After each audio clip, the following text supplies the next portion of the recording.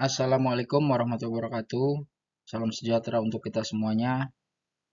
Baik, kali ini langsung saja saya akan memberikan sedikit gambaran materi yang harus kalian pelajari atau kisi-kisi ulangan sumatif akhir semester mata pelajaran PKN kelas 8 semester ganjil atau semester 1. Intinya kalian harus mempelajari di buku bab 1 sampai bab 3.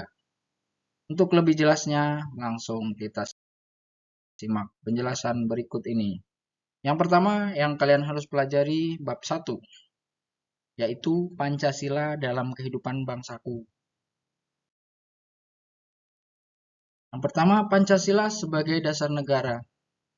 Dasar hukum dari Pancasila sebagai dasar negara tertera atau tercantum dalam pembukaan Undang-Undang Dasar Negara Republik Indonesia tahun 1945 dan TAP MPR nomor 18 tahun 1998. Lalu pengertian Pancasila sebagai dasar negara maksudnya adalah bahwa Pancasila menjadi fondasi atau landasan utama bagi negara Indonesia dalam mengatur pemerintahan, membuat program, membuat kebijakan pemerintah. Nah, harus sesuai dengan nilai-nilai Pancasila. Intinya terkait dengan apa yang dilakukan oleh pemerintahan negara kita. Lalu pelaksanaan Pancasila sebagai dasar negara, intinya ya bahwa dalam pemerintah dalam buat program kebijakan harus sesuai dengan nilai-nilai Pancasila tersebut. Yang kedua, kaitannya kedudukan Pancasila sebagai pandangan hidup bangsa, yaitu Pancasila dijadikan sebagai acuan, petunjuk, dan pedoman bangsa Indonesia atau rakyat Indonesia dalam menjalankan kehidupan sehari-hari. Sama aja kayak kita mengamalkan Pancasila dalam kehidupan sehari sebagai masyarakat Indonesia. Gitu. Nah, pengamalannya ya tiap sila-sila Pancasila lah kalian sudah pernah mempelajari saat SD maupun saat kelas 7 gitu. Yang ketiga, bahwa Pancasila sebagai tujuan dan cita-cita bangsa, yaitu Pancasila memberi arah, tujuan, serta harapan dan cita-cita mau dibawa kemana sih bangsa Indonesia gitu. Mau dibawa kemajuan kemana, apa yang mau ditingkatkan dan sebagainya. Nah, cita-cita tersebut tujuannya tercantum dalam pembukaan UUD 45 yang berbunyi merdeka, bersatu, berdaulat, adil, dan makmur. Lalu yang keempat, Pancasila sebagai sumber dari segala sumber hukum. Artinya semua peraturan undang-undang dan peraturan hukum di Indonesia harus sesuai dan tidak melenceng dari nilai Pancasila. Kalau hukum tertinggi adalah UUD 45, nah kalau sumber dari segala sumber hukum, nilai-nilainya ada pada nilai Pancasila. Kemudian sifat Pancasila, yaitu bahwa sifat Pancasila bersifat tetap dan universal, artinya tetap tidak dapat diganti-ganti lagi, tapi bisa bersifat secara umum dilakukan oleh seluruh bangsa Indonesia. Atau bahkan baik juga dilakukan oleh orang luar Indonesia karena isinya dari nilai-nilai Pancasila adalah nilai-nilai kebaikan kayak gitu.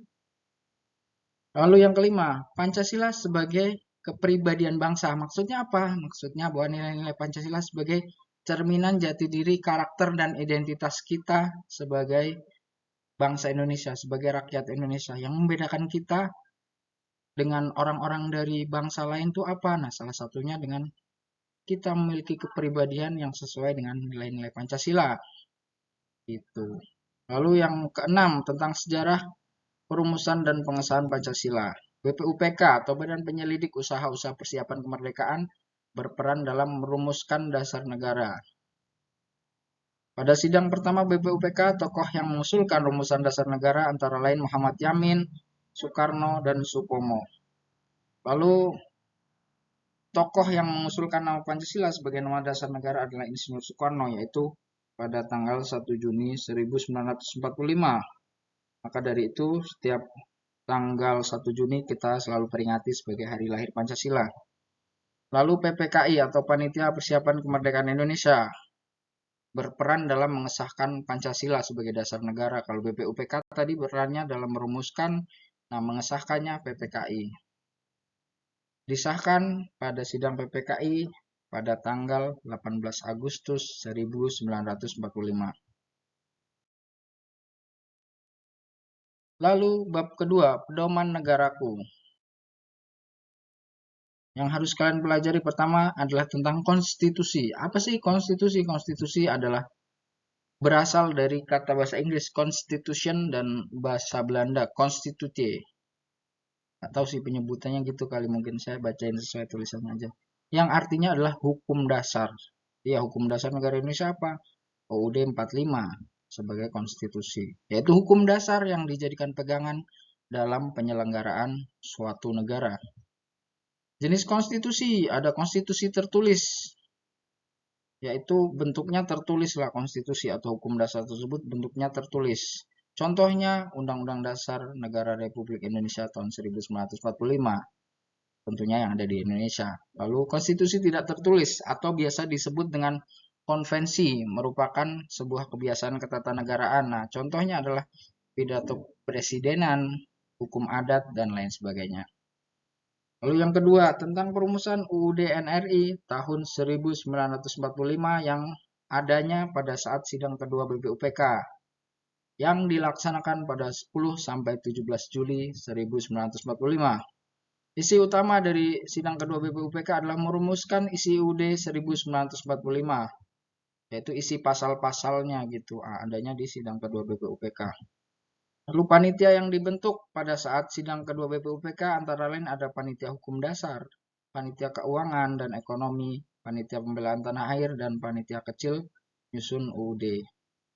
Yang ketiga, pengesahan UUD NRI tahun 1945. Terkait dengan pengesahan UUD NRI, sama dengan pengesahan Pancasila berbarengan, yaitu dilaksanakan pengesahannya di sidang PPKI, yaitu 18 Agustus 1945. Yang keputusannya yang pertama mengesahkan UUD 1945 dan Pancasila. Kenapa? Karena di pembukaan UUD 45 juga ada di paragraf terakhir ada poin-poin Pancasila gitu. Begitu juga pasal-pasal di UUD 45. Disahkannya bareng di 18 Agustus. Lalu yang kedua menetapkan Soekarno sebagai presiden dan Hatta sebagai wakil presiden, lalu membentuk Komite Nasional Indonesia Pusat. Perubahan UUD 45 pada sidang BPUPK. Nah, pada sidang BPUPK juga ada beberapa pasal dalam UUD yang akhirnya dirubah. Yang pertama sila pertama, ya, dirubah juga tuh, bahwa bunyinya tadinya ketuhanan dengan menjalankan syariat Islam bagi pemeluk-pemeluknya dirubah menjadi ketuhanan yang Maha Esa. Lalu pasal 6 ayat 1, tadinya bunyinya presiden ialah orang Indonesia asli yang beragama Islam, dirubah menjadi presiden ialah orang Indonesia asli.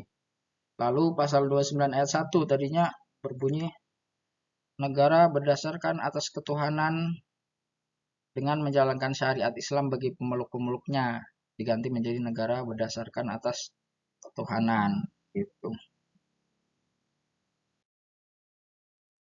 Lalu sifat dan fungsi UUD NRI tahun 1945. Sifatnya supel dan luas.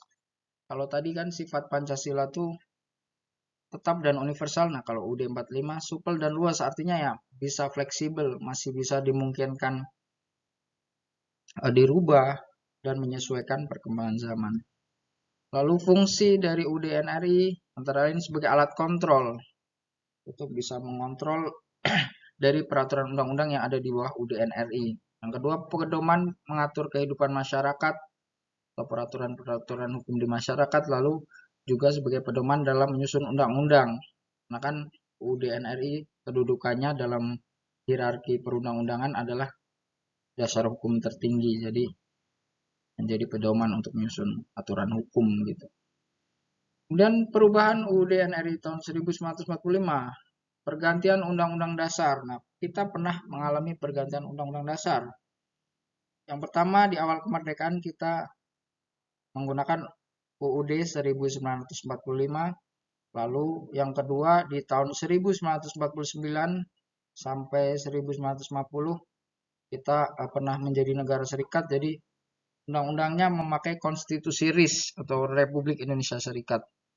Lalu yang ketiga, setelah kita menjadi negara serikat, kita juga pernah menggunakan UUDS, Undang-Undang Dasar Sementara 1950. Lalu berubah lagi menjadi UUD 1945. Lalu yang kelima agak berubah sedikit namanya, ditambahi Undang-Undang Dasar NRI, artinya Negara Republik Indonesia tahun 1945 tuh urutannya ya. Kita pernah berubah seperti itu. Nah, UUD NRI ini sampai sekarang masih begitu, nggak ada pergantian nama lagi. Lalu amandemen atau perubahan pada isi pasal-pasal UUD 45 dilaksanakan selama 4 kali. Nah, lembaga yang berperan atau memiliki wewenang untuk melakukan amandemen adalah MPR atau Majelis Permusyawaratan Rakyat. Dilaksanakan selama 4 kali. Itu tahun 1999 salah satu perubahannya adalah masa jabatan presiden dibatasi 2 periode. Yang kedua di tahun 2000 salah satu perubahannya adalah DPR dipilih langsung oleh rakyat. Lalu yang ketiga pada tahun 2001 salah satu perubahannya adalah presiden dan wakil presiden dipilih langsung oleh rakyat. Lalu yang keempat di tahun 2002 salah satunya adalah anggaran pendidikan minimal 20% dari total anggaran negara gitu. Yang keenam, perilaku sesuai UUD NRI. Nah, contohnya mentaati tata tertib sekolah, mengikuti upacara bendera. Nah, intinya perilaku kita sebagai murid gitu. Partisipasi dalam pemilihan ketua OSIS, tolong menolong, membantu orang terkena musibah, dan lain sebagainya. Lanjut bab ketiga, peraturan negaraku. Yang harus kalian pelajari yang pertama adalah tata urutan perundang-undangan atau hierarki perundang-undangan yang ada dan diatur dalam Undang-Undang Nomor 12 Tahun 2011. Nah, urutannya apa aja nih? Urutannya kalian lihat ya. Yang pertama, wah ini kurang lengkap nih. Harusnya UUD NRI tahun 1945. Nah, ini menjadi yang pertama atau yang tertinggi. Yang kedua, TAP MPR atau ketetapan MPR. Yang ketiga, UU dan Perpu, UU atau Perpu, undang-undang atau peraturan pemerintah pengganti undang-undang. Nah, UUD 45 sama undang-undang beda. UUD 45 kan udah nggak bisa, maksudnya ya ada gitu yang dibikin pada saat kemerdekaan nama sempat diamandemen. Nah, kalau undang-undang beda lagi. Undang-undang isinya biasanya contohnya undang-undang lalu lintas, undang-undang eh, perkawinan, undang-undang hak asasi manusia dan sebagainya. Lalu urutan keempat ada PP atau peraturan pemerintah, urutan kelima ada Perpres atau peraturan presiden, urutan keenam ada peraturan daerah provinsi, urutan ketujuh ada peraturan daerah kabupaten atau kota. Lanjut yang kedua, jenis-jenis tata urutan perundangan di Indonesia. Nah, tadi kan jelasin urutannya yang pertama, lalu kemudian sekarang saya jelaskan penjelasannya sedikit gitu. Pertama, Undang-Undang Dasar Negara Republik Indonesia tahun 1945 adalah hukum dasar tertinggi negara Indonesia karena menempati urutan pertama tadi kan. Kemudian UUD NRI tahun 1945 dibuat pada sidang BPUPK kedua yaitu tanggal 10 sampai 17 Juli 1945. Nah, ini salah ketik nih. 2025 harusnya 1945. Aduh, susah nulisnya nih. Kemudian UUD NRI disahkan. Tadi saya jelasin juga kan disahkan di sidang PPKI pada tanggal 18 Agustus 1945. Lanjut yang kedua, peraturannya adalah ketetapan MPR, yaitu aturan yang dibuat oleh MPR biasanya berisi mengenai suatu penetapan baik untuk organisasi lembaga MPR maupun lembaga di luarnya. Contoh penetapan pembubaran partai politik. Yang ketiga, UU dan Perpu. Perpu itu ya panjangannya peraturan pemerintah pengganti undang-undang. UU adalah undang-undang atau artinya peraturan perundang-undangan yang dibentuk oleh DPR dengan persetujuan oleh presiden. Gitu. Kalau Perpu yaitu peraturan perundang-undangan yang ditetapkan oleh presiden dalam kondisi genting atau kondisi darurat atau kondisi memaksa. Ya, banyaklah contohnya Perpu itu kayak pada saat COVID atau suatu yang darurat kayak membutuhkan langsung penanganan begitu. Yang keempat, peraturan pemerintah yaitu peraturan perundangan yang ditetapkan oleh presiden untuk menjalankan undang-undang sesuai pasal 5 ayat 2 UUD NRI tahun 1945. Yang kelima, ada peraturan presiden. Nah, peraturan yang diterbitkan oleh presiden juga. Peraturan pemerintah oleh presiden peraturan presiden juga oleh presiden. Nah, bedanya kalau peraturan presiden lebih lengkap, lebih rinci, menjabarkan dari peraturan pemerintah gitu. Peraturan pemerintah menjabarkan dari UU. Nah, peraturan presiden menjabarkan lagi yang lebih lengkap dan rinci gitu. Yang keenam ada peraturan daerah provinsi, yaitu peraturan perundang-undangan yang dibentuk oleh DPRD provinsi bersama dengan gubernur atau dengan persetujuan gubernur. Yang ketujuh peraturan daerah kabupaten atau kota.